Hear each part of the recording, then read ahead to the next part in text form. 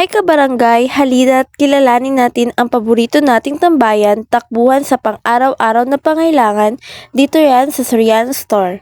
Dito sa Soriano Store, siguradong may makukuha ka mula almusal, merienda, pangbahay hanggang bigla ang kailangan sa loob ng bahay. Mura, kompleto at laging sariwa ang paninda at syempre bukas araw-araw para sa inyong lahat.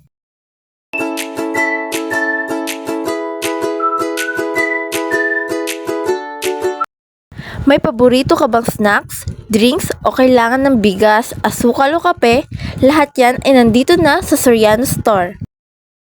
At syempre, i-interviewin din natin ang may-ari ng store. Nagmula yung tindahan po niya. 2014. Ano po yung ano sa inyo para mag-tayo ng store? May sudante ako. May sudante ako. Ikaw lang po ba ang nag-manage o may katulong po kayo? Ano po yung mga pangunahing produkto na ibinibenta po niyo? Gulay. Gulay, isda, manok. Ano po yung pinakamabentang sa Isda, manok. Ulam-ulam. anong oras po kayo nagbukas sa tunay? 6 to 8.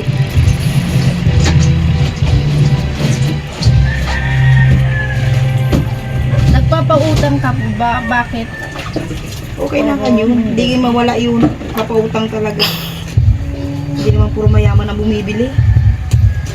Yung pinapanatili ang magandang ano sa inyong mga customer. Yung makasayo. Kaya ano pang hinihintay ninyo? Tara na sa Soriano Store, ang tindahan laging nandito para sa inyo.